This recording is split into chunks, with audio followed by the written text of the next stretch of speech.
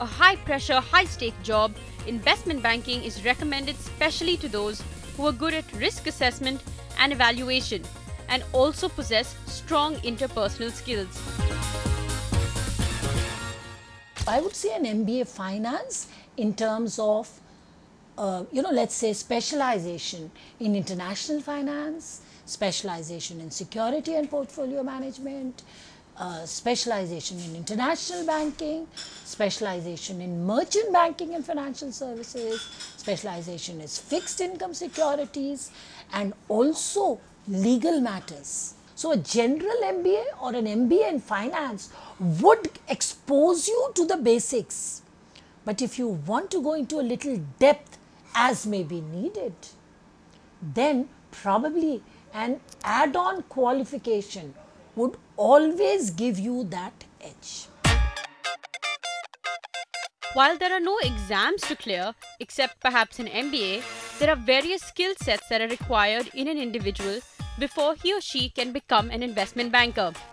Few of you might be wondering that if it's such a specialized field, why isn't there a proper course for it?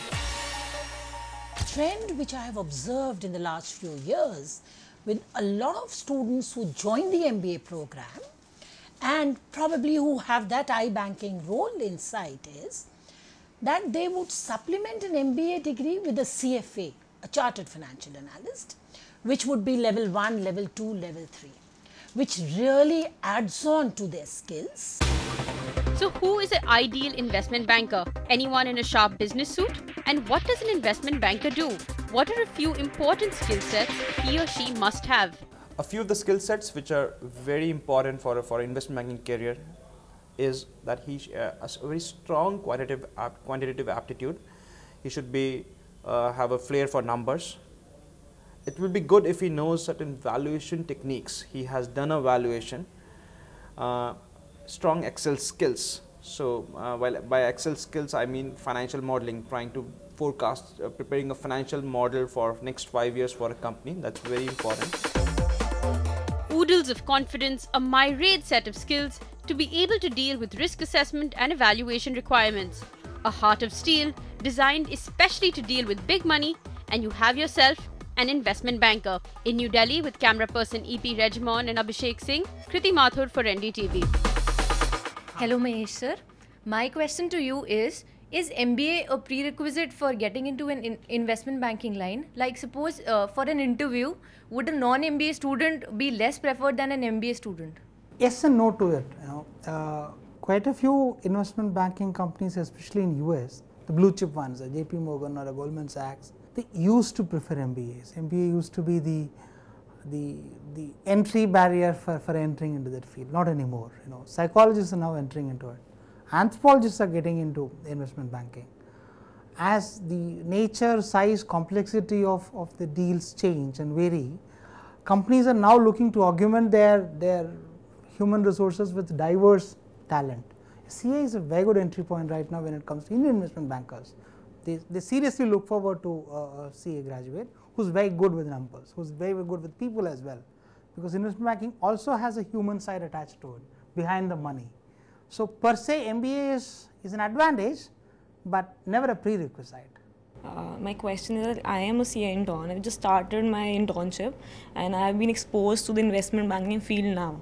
And I know, everybody knows that investment banking is a broad field. So after pursuing CA, which area should I enter? And it would be best for me with my CA degree. The domain is very vast, from let's say mergers and acquisitions to valuation to deal syndication. You have multiple aspects of investment banking demanding multiple skill sets. So at the entry level, it might be very difficult for you to choose a field. The company would fit you in wherever they have a demand or need. Your choices are very limited there, and that is the way it should be. But as you move further, the company will also rotate you. Your manager would probably look at you and decide she is better for valuation than for mergers and acquisition. She has a way with people, so I must put her at the front end. She has a way with numbers, so I must put her at the back end. Those decisions are taken for you in the initial years. But spread over 3-4 years, you would also learn.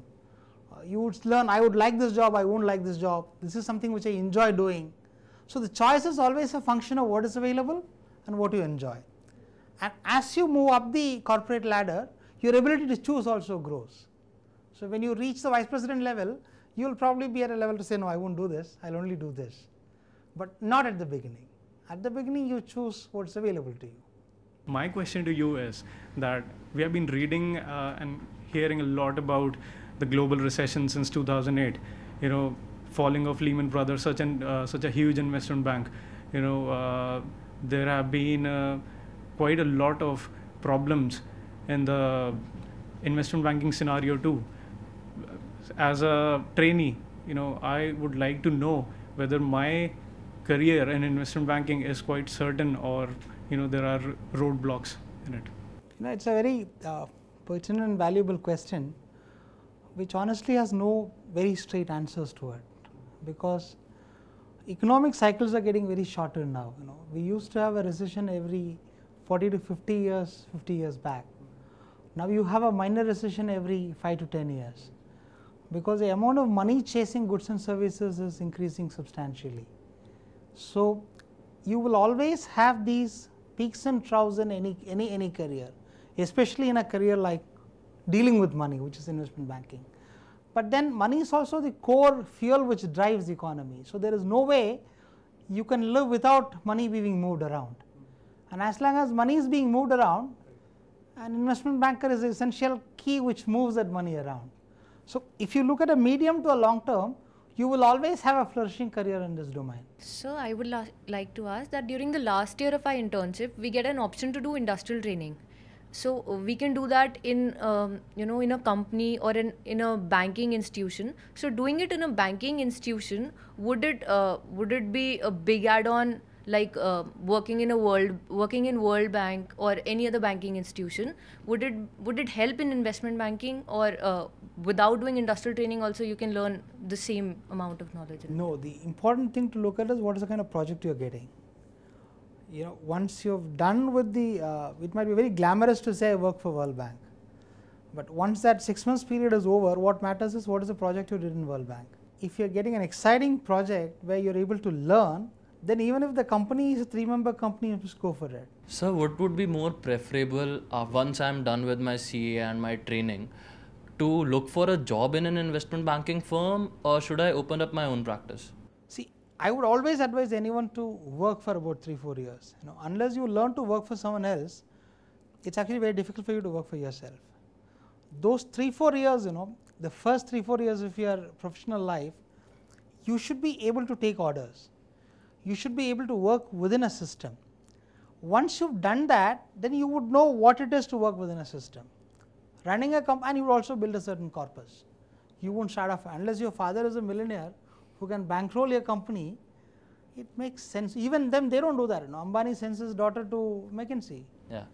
Suresh Krishna's son was in Japan doing basic work for 7 years. The senior Ambani himself sent Mukesh Ambani to Gujarat. The first mill, he was there for 7 years, working at that mill, you know, as an employee, not as an owner. So setting up a practice, you know, demands tremendous internal strength, much more than anything else. Working for someone else, you build that. Do that for about 3-4 years, build a corpus, then think of a company. You're better off, always. So there are pros and cons of setting up a practice of your own, because you're responsible for that monthly check.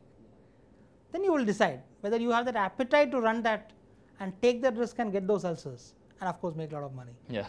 Great, guys. Thank you so much. Thank you, sir. Hope that answered a few of your questions as well. There are different reasons because of which different people join investment banking. While there are a few who join this world of high finance by pure chance, but those are anomalies. Let's hear it from someone who always wanted to become an investment banker. Let's hear it from him, what he does and what all he is looking at in coming 5 to 10 years. I'm Nikhil Goenka, manager with Nangia Advisors. I have been working in M&A domain for over 5.5 years. My dream to become an investment banker relate back to the days when I was in college. I did my graduation from Shri Ram College of Commerce, and there were a lot of talks about investment banking when we were budding into making our, or probably thinking about what career options should we choose. I thought that probably investment banking is something which I should opt, and it because of the creativity and the newness, the innovation and the challenges it brings actually prompted me to choose this. My break came from PricewaterhouseCoopers, where I started with my post-qualification career. I joined them in their mergers and acquisition division, and I continued with them for 4 years. We basically do a lot of structuring. We bring in, try to advise our clients on efficiencies. How do they strategize their businesses? How should they go about acquiring new businesses? How should they enter into new territories? We also do a lot of valuation, the due diligence, and all these domains in itself bring in a lot of interplay of regulations, and not just regulations within the country, also cross-border regulations. So having, with all these regulations coming into play, and with of course some commercial challenges, it makes us realize as to how difficult and how complicated this line of service is.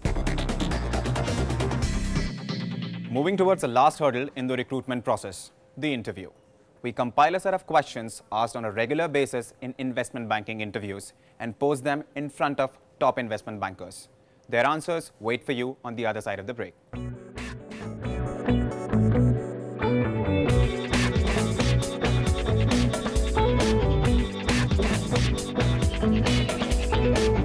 The stress, the exhilaration, the anxiety. This admission season, get a head start. Send us your queries and we will have them answered.